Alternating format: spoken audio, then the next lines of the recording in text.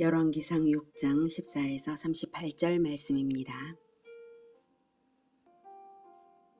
솔로몬이 성전 건축하기를 마치고 백향목 널판으로 성전의 안벽 곧 성전 마루에서 천장까지의 벽에 입히고 또 잣나무 널판으로 성전 마루를 놓고 또 성전 뒤쪽에서부터 20규빗 되는 곳에 마루에서 천장까지 백향목 널판으로 가로막아 성전의 내소 곧 지성소를 만들었으며 내소 앞에 있는 외소 곧 성소의 길이가 40규빗이며 성전 안에 입힌 백향목에는 박과 핀 꽃을 아로새겼고 모두 백향목이라 돌이 보이지 아니하며 여호와의 언약궤를 두기 위하여 성전 안에 내소를 마련하였는데 그 내소의 안은 길이가 20규빗이요 너비가 20규빗이요 높이가 20규빗이라. 정금으로 입혔고 백향목 제단에도 입혔더라. 솔로몬이 정금으로 외소 안에 입히고 내소 앞에 금사슬로 건너지르고 내소를 금으로 입히고 온 성전을 금으로 입히기를 마치고 내소에 속한 제단의 전부를 금으로 입혔더라. 사랑하는 형제 여러분, 10월 4일 화요일 새벽 묵상에 오신 것을 환영합니다. 출애굽기 출애굽 후 480년 만에야 드디어 성전 건축을 하게 하신 것은 이스라엘이 진정한 신정왕국 백성들로서 영적으로 준비되는 기간을 하나님이 기다리신 것입니다. 하나님이 화려한 성전을 건축하실 수 없어서가 아니라 다만 이스라엘이 성전 건물의 외양이나 나라의 부강함에 자만하여서 일탈하지 않을 만큼 영적으로 성장되는 기간이 필요했던 것입니다. 드디어 솔로몬 성전이 드디어 건축되기 시작했는데요. 그렇다고 해서 솔로몬과 이스라엘 백성들이 영적으로 제대로 완성된 것은 물론 아닙니다. 11에서 13절에서 성전 건축 중도에 하나님께서 나타나셔서 언약 재확인과 격려의 말씀을 주신 것을 보면 하나님의 마음이 느껴지죠. 인간은 쉽게 잊어버리고 변질되는 존재라서 경고가 암시된 언약의 재확인이 필요했고요. 신앙을 지켜갈 때에 받는 축복을 바라보기를 그치지 말아야 해서입니다. 성전 건축을 하시는 하나님의 목적은 13절에 나왔는데요. 내가 또한 이스라엘 자손 가운데 거하며 내 백성 이스라엘을 버리지 아니하시기 위한 것입니다. 외적인 것이 화려해질수록 겉멋에 취하지 말고 겸손하며 진실한 내면으로 하나님을 늘 만나야 하는 것입니다. 그래서 성전 외부 공사를 마친 시점에 나타나 주셨던 것이고요. 이제 성전 내부 공사가 시작이 됩니다. 14절에 솔로몬이 성전 건축하기를 마치고 이것은 성전 외부 공사를 마쳤다는 뜻이고요. 이제 15절 백향목 널판으로 성전의 안벽 곧 성전 마루에서 천장까지 벽에 입히고 또 잣나무 널판으로 성전 마루를 놓고 성전 벽체는 돌로 지어졌는데요. 내부 쪽의 안벽은 백향목 널판으로 입혔습니다. 당시 두로 왕이 보낸 시돈 건축가들의 기술로 그렇게 지어진 것입니다. 벽체는 돌이지만 안쪽은 백향목 널판입니다. 16절부터 보면 20규빗 성전 뒤쪽에서부터 20규빗 되는 곳에 마루에서 천장까지 백향목 널판으로 가로막아 성전의 내소고 지성소를 이제 만들었습니다. 백향목 널판으로 가로막았으니까 백향목 널판으로 이제 벽을 이렇게 설치했고요. 그래서 문도 따로 설치를 했겠죠. 그리고 내소 앞에 외소, 내소는 지성소고요. 외소는 성소입니다. 그래서 성소의 길이가 40규빗이고요.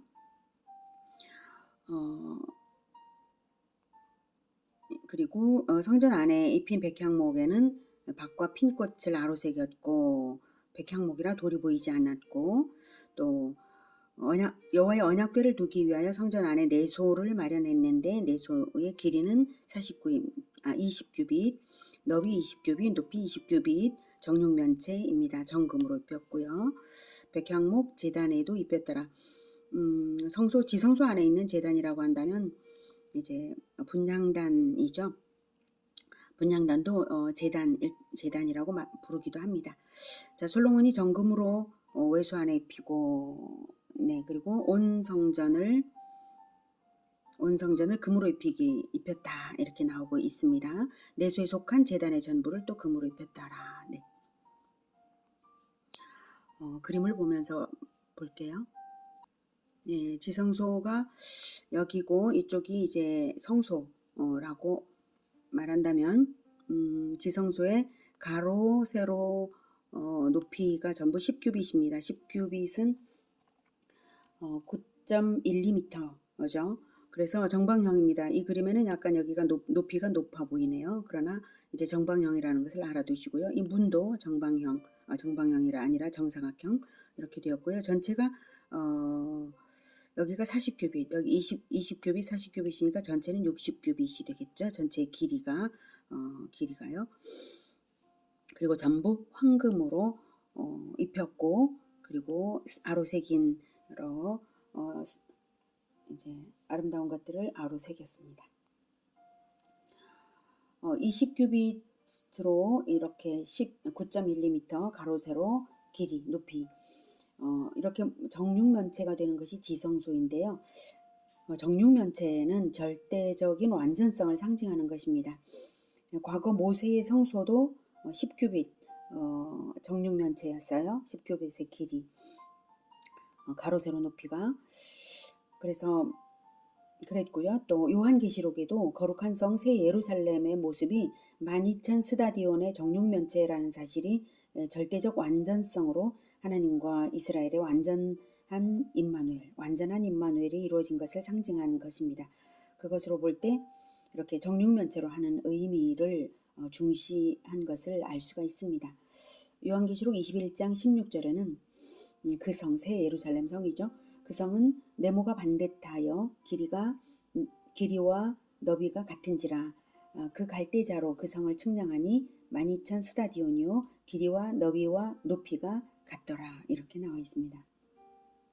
그래서 지성소의 그 모습을 거대하게 확장한 것이 바로 새 예루살렘이다, 천국이다 라고 하는 것을 알 수가 있어요. 그래서 천국은 하나님과 이스라엘의 완전한 임마누엘이 완성된 그러한 나라다라고 하는 것을 보여주는 것을 정육면체로 표현한 것입니다. 내소, 지성소와 외소, 성소의 모든 벽을 정금으로 입혔다는 것은 금은 불변성을 상징하고 빛을 상징합니다. 즉 빛 되신 하나님과 언약의 불변성을 상징한 것이죠. 많은 금을 아끼지 않고 하나님의 성전을 위하여 내놓은 솔로몬의 온전한 헌신이 또한 돋보이고요. 23절 내소 안에 감람나무로 두 그룹을 만들었는데 그 높이가 각각 10규빗이라. 한 그룹의 이쪽 날개도 5규빗이요 저쪽 날개도 5규빗이니 이쪽 날개 끝으로부터 저쪽 날개 끝까지 10규빗이며 다른 그룹도 10규빗이니 그 두 그룹은 같은 크기와 같은 모양이요 이 그룹의 높이가 10규빗이요 저 그룹도 같았더라. 솔로몬이 내소 가운데에 그룹을 두었으니 그룹들의 날개가 퍼져 있는데 이쪽 그룹의 날개는 이쪽 벽에 닿았고 저쪽 그룹의 날개는 저쪽 벽에 닿았으며 두 날개는 성전의 중앙에서 서로 닿았더라. 그가 금으로 그룹을 입혔더라. 네, 그룹은 말하자면 날개 있는 천사인데요. 하나님께서 창조하신 영적 존재이고 하나님의 영광을 선포하고 하나님의 거룩성을 수호하는 역할을 수행하는 존재들입니다. 언약궤에도 그룹이 있죠.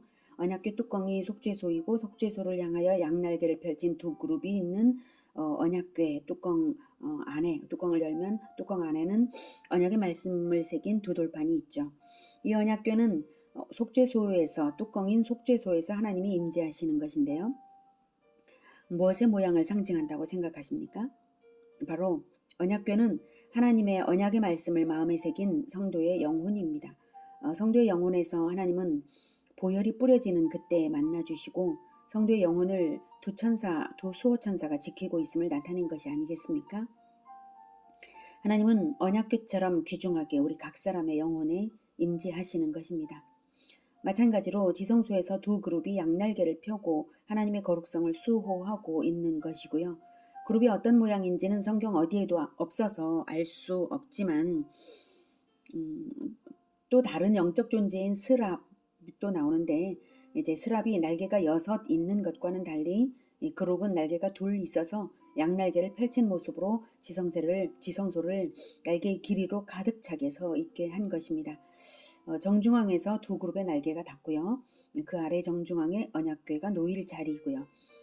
그림으로 보여드리지 않는 것은 뭐 인터넷에 뭐 상상으로 만들어진 여러 이제 그룹에 대한 그림들이 있지만 자칫 이게 천사 숭배의 요소를 일으킬까봐 염려가 되어서 그림으로는 보여드리지 않습니다. 우리가 오직 하나님만 섬겨야지 그룹을 섬겨서는 안 되거든요. 그거는 마귀 숭배나 동일한 것이 되고 말아버립니다. 그룹도 몸체 전체를 금으로 입혔네요. 네, 이제 29절. 내 외소 사방벽에는 모두 그룹들과 종려와 핀꽃 형상을 아로새겼고 내외 성전 마루에는 금으로 입혔으며 내소에 들어가는 곳에는 감람나무로 문을 만들었는데 그 문인방과 문설주는 벽의 5분의 1이요 감람나무로 만든 그 2 문짝에 그룹과 종려와 핀꽃을 아로새기고 금으로 입히되 곧 그룹들과 종려에 금으로 입혔더라. 또 외소의 문을 위하여 감람나무로 문설주를 만들었으니 곧 벽의 4분의 1이며 그 2 문짝은 잣나무라. 이쪽 문짝도 2 짝으로 접게 되었고 저쪽 문짝도 2 짝으로 접게 되었으며 그 문짝에 그룹들과 종려와 핀꽃을 아로새기고 금으로 입히되 그 새긴 데에 맞게 하였고 또 다듬은 돌 3켜와 백향목 두꺼운 판자 1켜로 둘러 안뜰을 만들었더라. 내외소 29절에 보면 네. 내외소 사방벽에는 모두 그룹들과 종려와 핀꽃 형상을 아로새긴 것인데요. 생명력이 충만한 에덴 동산을 상징하는 것입니다. 하나님의 임재 안에 임마누엘이 성취된 성도의 삶이 바로 그렇다는 것입니다. 예, 천사들과 종려와 핀꽃이 가득한 이러한 영적인 실존 가운데 우리가 하나님과 함께 늘 살고 있다면 그렇다는 것을 아시기 바랍니다. 31, 32절에 보면 문을 만들었다고 하죠. 예, 근데 이 문이 31절에 이제 5분의 1이라고 나와 있고요. 33절에는 외소문은 이제 4분의 1, 벽의 4분의 1 이렇게 나와 있는데요. 이 부분은 내소의 크기가 내소문의 크기, 외소문의 크기가 각각 성전 너비의 5분의 1, 4분의 1인 것과 또 문의 모양이 정사각형인 것을 나타냅니다. 34절에 그 문짝이 2 짝인데 이쪽 문짝도 2 짝으로 접고 저쪽 문짝도 2 짝으로 접고 즉 외소문은 폴더형 도어를 만든 것으로 봅니다. 36절 또 다듬은 돌 3켜와 백향목 두꺼운 판자 1켜로 둘러 안뜰을 만들었더라. 안뜰이 있으니까 바깥뜰도 있겠죠. 그래서 바깥뜰과 구분하는 안뜰의 담을 켜켜이 3겹으로 쌓은 돌 위에 백향목 두꺼운 판자로 둘렀다는 것입니다. 안뜰이라서 이 뜰의 벽 높이는 사람들이 넘어다 볼 수 있을 만큼 낮은 담이라고 역대기에는 나옵니다. 실제 높이는 낮았지만 이 담의 이름은 높은 뜰 또는 제사장의 뜰이라고 불리었습니다. 37절 넷째 해 15월에 여호와의 성전 기초를 쌓았고 11째 해 불월 곧 8째 달에 그 설계와 식양대로 성전 건축이 다 끝났으니 솔로몬이 7년 동안 성전을 건축하였더라. 네, 12월은 2월이고요. 솔로몬 즉위 제4년 2월에 시작하여서 제11년 8월에 끝났으니까 실제로는 약 7년 반이 소요되었습니다. 다른 나라의 고대 건축물들이 몇십 년, 몇백 년 걸린 것에 비하면 빠른 것이죠.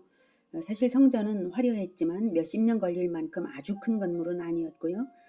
일시에 많은 인원을 동원해서 효율적으로 건축했고 다윗 왕 때부터 모든 준비를 완비한 후에 시작해서 그렇습니다. 최선의 준비와 최고의 정성으로서 교회 공동체를 세워가야 함을 시사합니다. 38절에 보면 그 설계와 식양대로라고 말하죠. 예, 그러니까 우리가 놓치지 않고 주목해야 할 아주 중요한 사실인데요. 성전 건축이 그 옛날 출애굽 시대의 성막 건축과 마찬가지로 철저하게 하나님께서 다윗에게 지시하신 바에 설계와 식양대로 지어졌다는 사실입니다. 모세에게 성막을 지으라고 하실 때에도 산에서 너에게 보여준 그 식양대로 해라라고 하나님께서 명하셨죠. 그래서 모세는 자기가 명령받은 그대로를 성막을 지었던 거예요. 똑같이 다윗에게도 그 설계와 식양을 가르쳐 주셨다는 사실입니다. 다윗의 말을 확인해 보겠습니다. 역대상 28장 11에서 19절.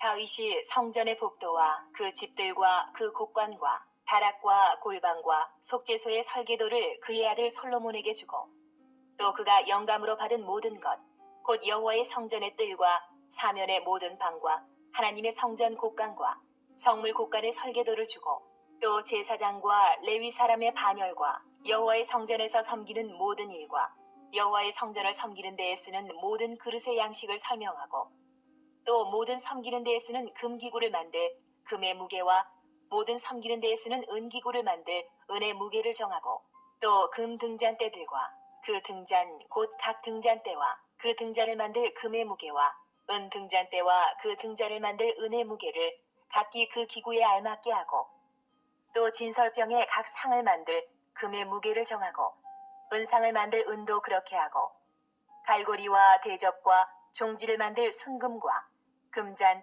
곧 각 잔을 만들 금의 무게와 또 은잔 곧 각 잔을 만들 은의 무게를 정하고 또 향단에 쓸 순금과 또 수레 곧 금 그룹들의 설계도대로 만들 금의 무게를 정해주니 이 그룹들은 날개를 펴서 여호와의 언약궤를 덮는 것이더라.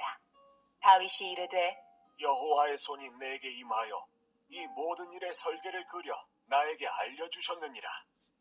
네, 이렇게 다윗에게 여호와의 손이 직접 모든 설계를 그려서 알려주셨습니다.